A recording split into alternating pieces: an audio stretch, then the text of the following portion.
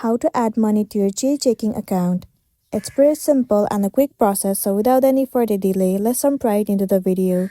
Start by heading over to your application Chase, or you can move into any of the web browser and then head over to the official website of Chase.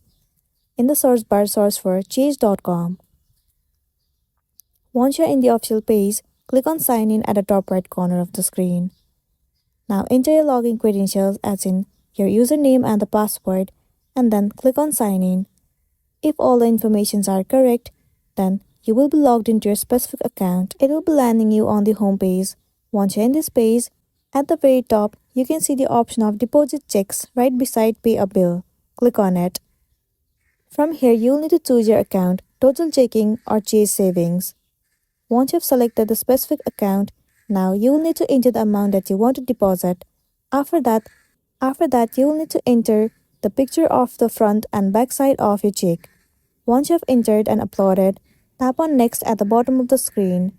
Follow the on-screen process and then the amount will be deposited in the checking account. So that's the wrap for this video. If this video helped you, give it a like and check out our next tutorial. Thank you.